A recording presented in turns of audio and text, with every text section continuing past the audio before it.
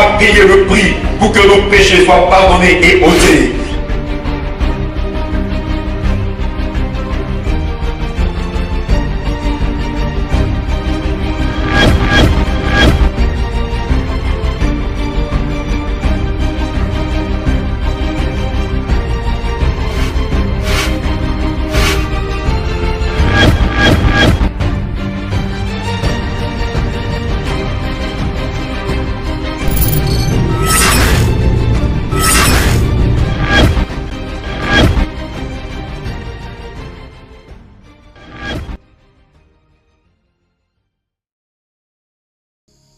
De la loi à l'évangile. Nous sommes sur le thème de l'Ancien et du Nouveau Testament. Donc, dans la première partie de notre intervention, nous avons vu que de l'Ancien au Nouveau Testament, nous sommes passés d'un héritage terrestre à un héritage céleste, d'un héritage temporel à un héritage éternel. Alors aujourd'hui, nous allons voir de la loi à l'évangile, c'est-à-dire de l'Ancien au Nouveau Testament. Nous sommes passés de la loi de Moïse à l'évangile de Jésus-Christ. Le Nouveau Testament appelle cela l'évangile du Christ. Bien, nous avons vu que Dieu fit à Abraham, à Isaac et à Jacob deux promesses. Une promesse qui a donné la loi, donc la promesse d'un héritage terrestre qui a donné la loi, et une promesse d'un héritage céleste qui est l'évangile. Donc c'est à travers l'évangile que nous héritons, que Dieu nous fait la promesse de l'héritage céleste, c'est-à-dire du royaume des cieux. Eh bien, c'est comme nous allons ajouter aujourd'hui, parce que la question est de savoir quel rapport, quelle relation le chrétien, celui qui est en Christ, doit-il établir avec l'Ancien Testament et l'Évangile. Alors, je vous informe, la Bible nous le dit, que la loi, l'Ancien Testament, est un testament qui ne concerne pas les nations, c'est-à-dire, mieux, qui exclut les nations. Un testament rédigé contre les païens et qui exclut les païens. Si vous ne le savez pas, c'est ce que la Bible nous le dit et nous allons le vérifier.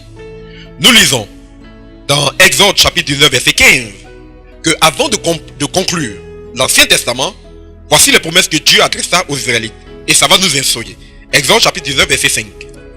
Maintenant, Dieu donc dit à Moïse de dire à tout Israël, maintenant, si vous écoutez ma voix, si vous, juifs israélites, vous écoutez ma voix, et si vous gardez mon alliance, vous m'appartiendrez en propre, entre tous les peuples. Écoutez, après avoir fait sortir Israël, les Israélites, du pays d'Égypte où ils ont été esclaves pendant 430 ans, Dieu les conduit au mont Sinaï, et là, avant même de conclure, avant même de donner les 10 commandements et de conclure quoi que ce soit avec les Israélites, il leur dit, maintenant, si vous écoutez ma voix, et si vous gardez mon alliance, l'alliance, l'ancienne qu'il allait conclure avec eux, si vous gardez mon alliance, alors vous, Israélites, vous m'appartiendrez en propre en tous les peuples, en toutes les familles de la terre. Écoutez, voyez-vous, Dieu avait dit à Abraham qu'il allait bénir toutes les familles de la terre.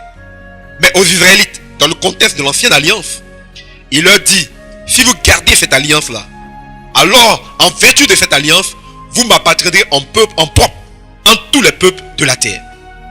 Après avoir conclu avec eux cette alliance, c'est-à-dire bien des années plus tard, Dieu leur redit la même chose. Nous sommes dans Amos chapitre 3 verset 2. Je vous ai choisi, vous seuls parmi toutes les familles de la terre. Écoutez, Dieu leur dit, dites aux Israélites, je vous ai choisi vous seuls parmi toutes les familles de la terre. C'est pourquoi je vous demanderai compte de tous vos égarements. Je vous ai choisi vous seuls parmi toutes les familles de la terre. Il y a une contradiction évidente en ce que Dieu annonça à Abraham, à Isaac, à Jacob en disant, toutes les familles de la terre seront bénies en ta descendance, en votre descendance. Et là il dit aux Israélites, dans le contexte de l'Ancien Testament, je vous ai choisi vous seuls parmi toutes les familles de la terre. C'est donc à juste titre que les Israélites se sont pendant longtemps considérés comme le peuple élu de Dieu et méprisaient même ceux qu'ils traitaient d'incirconcis. Parce que de par la loi, ils avaient la circoncision au 8e jour. Et ils en étaient fiers. L'évangile par contre, alléluia, c'est ça la bonne nouvelle, est un testament qui unit, qui réconcilie, qui unit juifs et païens. On le lit dans Éphésiens chapitre 3 verset 5. Ce mystère n'avait pas été porté à la connaissance des fils des hommes dans les autres générations. Ce verset dit que les Israélites n'étaient même pas informés de ce mystère-là. Ça n'a pas été porté à la connaissance des fils des hommes dans les autres générations. Quel est ce mystère? Comme il a été révélé maintenant par l'Esprit à ses saints apôtres et prophètes. Ce mystère, nous le connaissons parce qu'il a été révélé maintenant par le Saint-Esprit. C'est l'apôtre Paul qui parle là. Donc ça a été révélé maintenant par ses saints apôtres et prophètes. Il leur dit, Ce mystère est que les païens, c'est-à-dire les non-juifs, ont un même héritage, forment un même corps et participent à la même promesse en Jésus-Christ par l'évangile. À la même promesse que les juifs en Jésus-Christ par l'évangile. Écoutez, c'est par l'évangile que juifs et païens forment un même corps. Et ce corps est appelé Église. La Bible dit qu'il y a un seul corps, il y a un seul esprit, il y a un seul corps. Et nous avons été baptisés dans un seul esprit pour former un seul corps. Et c'est par l'évangile donc que nous formons un seul corps avec les juifs. Juifs et païens forment un seul corps, participent à la même promesse. Parce que nous disons que nous avons la promesse, le testament nouveau nous fait la promesse de l'héritage éternel. Ou si vous voulez, la promesse de l'Esprit Saint. Parce que c'est par l'Esprit que nous héritons. C'est l'Esprit qui va transformer ce corps-là en un corps glorieux. Eh bien, nous formons avec les juifs. Juifs et païens forment un même corps, participent à la même promesse en Jésus-Christ. Pas à travers un autre nom. En Jésus-Christ. Et comment? Par l'évangile. Autrement dit, l'évangile garantit aux juifs et aux païens un même héritage et ils forment un même corps. Il n'y a plus de distinction entre juifs et païens. Nous sommes un en Jésus-Christ. Si la loi était un mur de séparation entre juifs et païens, en ce sens que ça faisait d'eux le peuple élu de Dieu, et ça leur interdisait même de relater avec les païens, d'entrer dans la maison d'un païen, de manger avec un païen. Ça, c'était la loi. Eh bien, la loi, donc, nous le répétons, est un testament excluant les païens. Par contre, l'évangile, eh bien, nous réconcilie et nous unit en un corps, en un peuple, et dans une même promesse, dans un même héritage, en Jésus-Christ. C'est-à-dire, tous ceux qui sont en Jésus-Christ, qui croient en l'évangile, donc, et qui sont en Christ, eh bien, forment un peuple. Il n'y a plus juif, il n'y a plus grec, il n'y a plus païen. Nous sommes un peuple. On nous appelle la race élue. Alléluia. Nous sommes citoyens des cieux sur la terre. Nous avons donc vu que si la loi est un testament excluant les païens, l'évangile par contre est un testament les réconciliant tous les deux. La question est la suivante. Si les deux testaments pour vous, d'après vous, si les deux testaments sont en vigueur, eh bien, laquelle de ces deux paroles-là est prioritaire? Voyez-vous, c'est un non-sens. Laquelle de ces deux paroles donc s'impose? L'un exclut les païens, l'autre les réconcilie en un même corps. Voyez-vous le non-sens de vouloir pratiquer les deux testaments? Eh bien, la Bible dit que la loi ne peut prévaloir. Les paroles de la loi ne peuvent prévaloir devant les paroles de l'évangile. On le lit dans Colossiens chapitre 3, verset 15. Quand un testament est établi en bonne forme, quand un testament est rédigé par quelqu'un, établi donc en bonne forme devant un huissier, bien que fait par un homme, devant un notaire, pardon, bien que fait par un homme, personne ne l'abolit, personne ne peut abolir ce testament, ou ni fait d'adjonction. Et personne ne peut ajouter quoi que ce soit à ce testament, ne peut le compléter. Donc quand un testament est établi en bonne forme, eh bien personne ne peut l'abolir, l'annuler, ou y ajouter quoi que ce soit. Voici ce que je veux dire. Voici ce que je veux dire. Oui. Un testament, l'évangile. Un testament, c'est-à-dire l'évangile. Déjà établi en bonne forme par Dieu. Déjà établi en bonne forme par Dieu. Ne peut être annulé par la loi survenue 430 ans plus tard. Ne peut être annulé par la loi survenue 430 ans plus tard. Ce qui anéantirait la promesse. Ce qui anéantirait la promesse. Dès que Dieu a dit à Abraham, toutes les familles de la terre seront bénies en ta descendance. La même promesse qu'il a faite à Abraham, à Isaac, à Jacob, d'une bénédiction, donc d'un héritage pour toutes les familles de la terre, c'est-à-dire pour toutes les nations, juives comme non-juifs, juifs comme païens. Eh bien, la parole qui vient à travers la loi 430 ans plus tard, qui dit je vous ai choisi vous seul parmi toutes les familles de la terre, ne peut annuler cette promesse que Dieu a faite. Parce que nous les hommes, quand nous faisons un testament, personne ne peut l'annuler. Quand vous faites un testament, personne d'autre ne peut venir l'annuler, ni l'abolir, ni ajouter quoi que ce soit. Ça veut donc dire que les deux testaments ne se complètent pas. Ils ne s'annulent pas, mais ils ne se complètent pas non plus. Voilà. Autrement dit, la loi ne peut annuler la promesse d'une bénédiction pour les nations. Donc quand Dieu dit plus tard, 430 ans plus tard aux Juifs, eh bien, je vous ai choisi, vous seul parmi toutes les familles de la terre. C'était en attendant la venue de Jésus-Christ. Parce que la bénédiction établie 430 ans avant prévaut et prévaudra à jamais d'une bénédiction pour toutes les nations. Alors, la loi était une disposition temporaire. La Bible, l'évangile nous révèle que la loi, donc ces paroles disant je vous ai choisi, vous suivez parmi toutes les familles de la terre, c'était qu'une parole temporaire, en attendant la venue de Jésus-Christ. Ce n'est pas nous qui le disons, nous le vérifions dans la Bible. Nous lisons dans Matthieu 11, 13.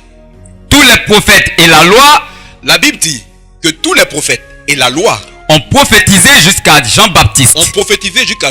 Autrement dit, l'Ancien Testament prophétisait, est une prophétie qui a prophétisé qu'à Jean-Baptiste, le dernier donc des prophètes de la lignée de l'Ancien Testament.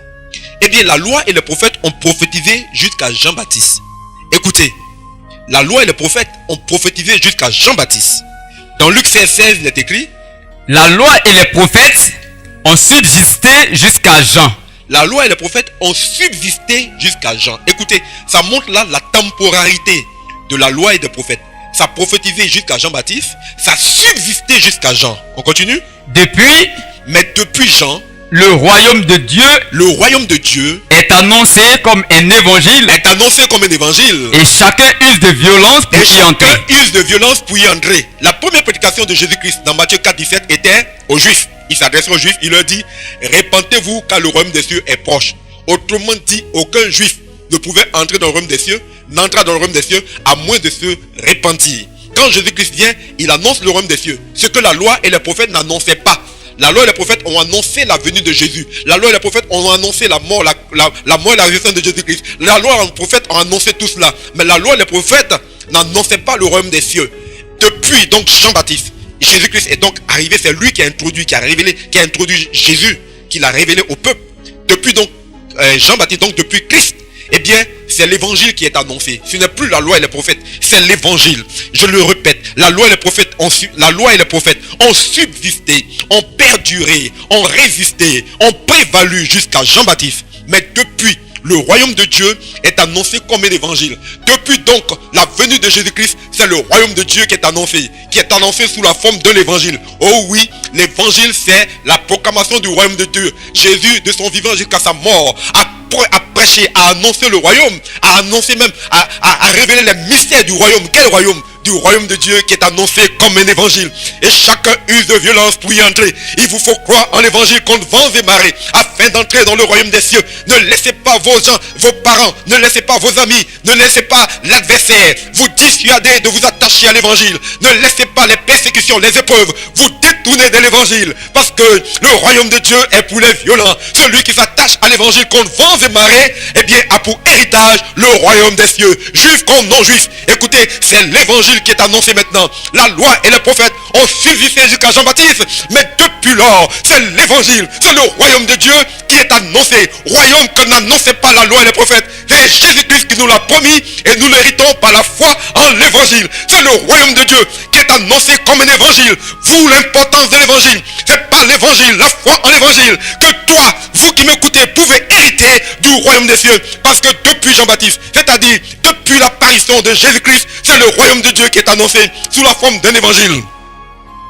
C'est pourquoi nous prêchons cet évangile, afin que vous aussi, qui n'avez pas encore cru en Jésus, vous qui me suivez, qui me suivez à travers l'écran de votre télévision, eh bien, à travers Internet, vous avez la possibilité de devenir héritier du royaume de Dieu, parce que ce royaume est annoncé sous la forme de l'évangile. Nous prêchons l'évangile, nous prêchons le royaume de Dieu, afin que quiconque y croit, juif comme non-juif, soit sauvé. Si donc la loi, l'Ancien Testament, était un testament excluant les nations, les païens, eh bien l'évangile fait de nous, juifs comme non-juifs, eh bien des héritiers de Dieu, des héritiers du royaume de Dieu.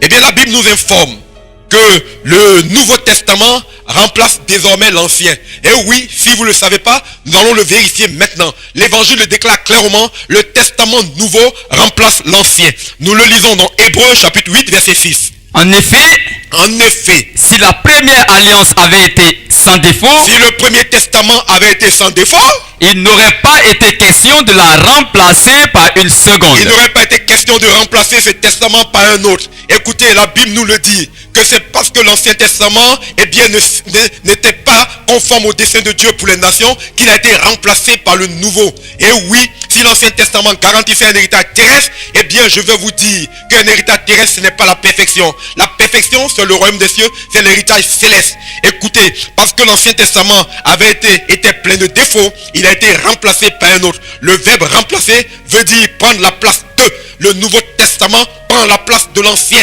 Écoutez, si vous ne le savez pas, vérifiez dans vos Bibles. Hébreux chapitre 8 verset 6.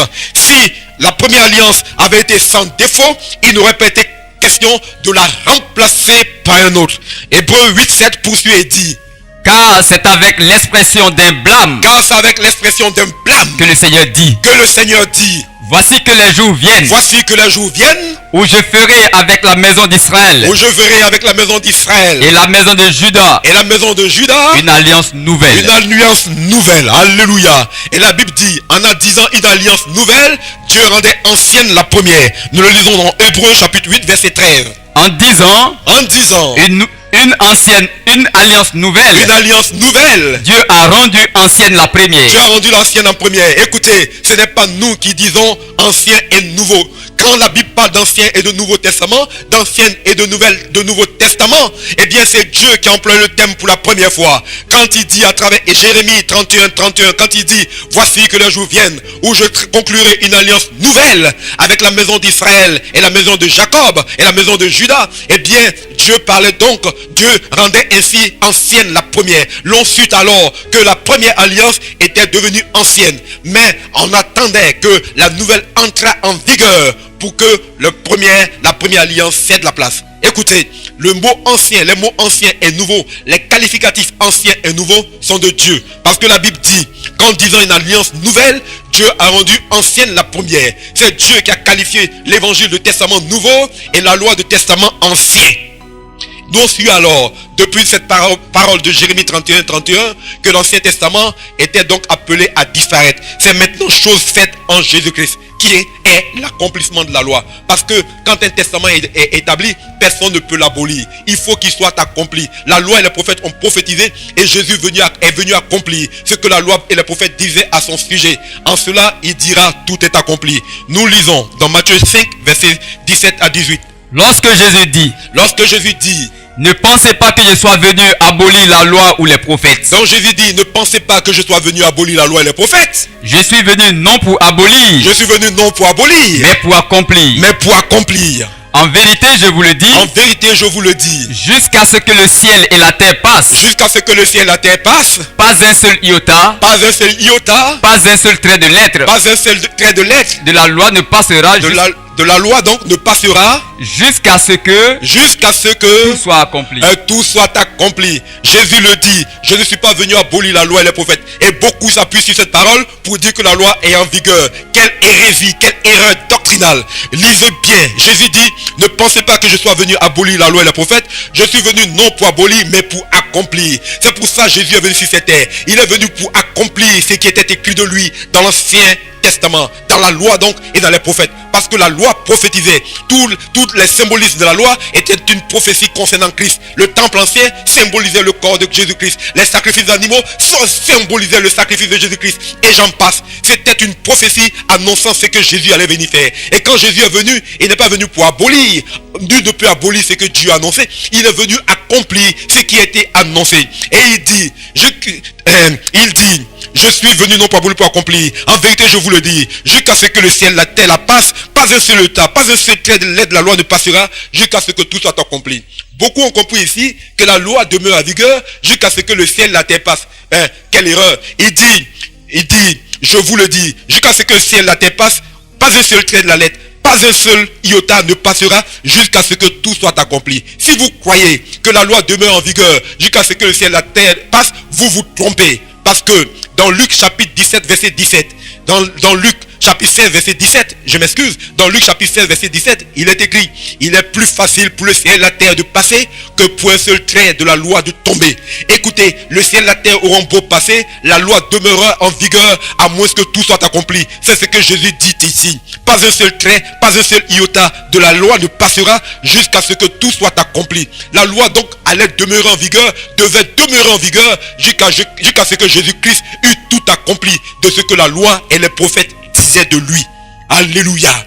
Et maintenant que tout est accompli, vous le savez, tout est accompli. Eh bien, on peut le vérifier à la croix. Jésus va dire dans Jean 19, 18, nous lisons. Jésus qui savait que tout était achevé. À la croix, Jésus qui savait que tout était achevé. Dit afin que l'écriture soit accomplie. Dit afin que l'écriture soit accomplie. J'ai soif. J'ai soif. Il y avait là un vase plein de vinaigre. Il y avait là un vase plein de vinaigre. On fixa à une tige d'hysope. On fixa un chiffon, un tige d'hysope. Une éponge imbibée de vinaigre. Un chiffon imbibé de vinaigre. Et l'on l'approcha de sa bouche. Et l'on l'approcha de sa bouche. Quand il eut pris le vinaigre. Quand Jésus eut pris le vinaigre. Jésus dit. Il dit. Tout est accompli. Tout est accompli. Afin que l'écriture soit accomplie, Jésus dit j'ai soif. Pourquoi? Parce qu'il est écrit de lui dans l'Ancien Testament, dans le Psaume, on m'a donné du vinaigre pour boisson. Et à la croix, afin que l'écriture soit accomplie. Non pas parce qu'il avait vraiment soif, mais afin que l'écriture soit accomplie, il dit j'ai soif. Alors on lui donna du vinaigre. Et quand il eut pris le vinaigre, il a dit tout est accompli. Et il expira. Écoutez, tout est accompli. Jésus a accompli ce qui était écrit de lui dans la loi et les prophètes. Et quand il est mort, il ressuscita et il a paru à ses disciples et il leur dit dans Luc chapitre 24 verset 44. C'est là ce que je vous disais. Il leur dit c'est là ce que je vous disais. Lorsque j'étais encore avec vous. Lorsque j'étais encore avec vous. Il fallait que s'accomplisse. Il fallait que s'accomplisse. Tout ce qui est écrit de moi. Tout ce qui est écrit de moi. Dans la loi de Moïse. Dans la loi de Moïse. Dans les prophètes. Dans les prophètes. Et dans les psaumes. C'est-à-dire dans l'Ancien Testament. Il fallait que s'accomplisse tout ce qui est écrit de moi dans l'Ancien Testament. Écoutez, la loi étant accomplie, un testament qui est accompli, eh bien, est un testament qu'on range dans les archives. D'où le terme ancien. Un testament qui est accompli est un testament duquel on n'attend plus rien. Si vous avez fait un testament et qu'à votre mort, on l'exécute, on l'accomplit, alors, écoutez, alors, ce testament-là, eh bien, on le classe dans les archives. On n'a pas besoin de le brûler, ni de le déchirer. On peut toujours le consulter. Eh bien, à titre d'instruction, on peut toujours, par curiosité, aller jeter un coup d'œil. Mais ce testament-là, il n'est plus applicable parce qu'il est accompli. Écoutez, vous aurez beau pratiquer la loi, Dieu ne vous fera jamais hériter Canaan parce que ce testament est déjà accompli. Les Juifs ont déjà hérité de leur territoire. Deuxièmement, la venue du Sauveur, le Sauveur qui leur a été annoncé est arrivé et il a tout accompli. Tout est accompli. Alléluia. Tout est accompli en Jésus-Christ. Et désormais, le testament nouveau prend effet et est en vigueur, entrera en vigueur. Parce que le testament n'entre en vigueur qu'à la mort du testateur. Écoutez, c'est pour ça que à la croix, la loi a pris fin. Christ est la fin de la loi. Nous le lisons dans Romains chapitre 10 verset 4. Car Christ est la fin de la loi. Christ est la fin de la loi. À la croix, Christ n'a pas seulement crucifié le péché et nos vieilles natures, il a aussi crucifié la loi. Et oui, à la croix, Christ a aussi crucifié et annulé la loi. Nous le lisons dans Éphésiens chapitre 2, versets 11 à 16. Il a dans sa chair annulé la loi avec ses commandements. Annulé la loi avec ses commandements. Et ses prescriptions. Et ses prescriptions. Et leurs dispositions. Et leurs dispositions. Il a anéanti l'acte rédigé contre nous et dont les dispositions nous étaient contraires, nous païens. Il a annulé l'acte rédigé contre nous païens et dont les dispositions nous étaient contraires en le clouant à la croix. Il parle ainsi de la loi, en effet, parce qu'il a dans sa chair annulé la loi avec ses commandements. Ça veut dire donc que Christ est la fin de la loi. Écoutez, nous chrétiens ne sommes plus tenus par la loi, mais tenus par l'évangile. C'est cet évangile-là qui fait de nous des héritiers de Dieu. De l'Ancien au Nouveau Testament, nous sommes donc passés de la loi à l'évangile, d'un testament ancien à un testament nouveau qui est présentement en vigueur, et c'est ce testament qu'il faut suivre, c'est-à-dire l'évangile de Jésus-Christ. Que Dieu vous bénisse. Amen.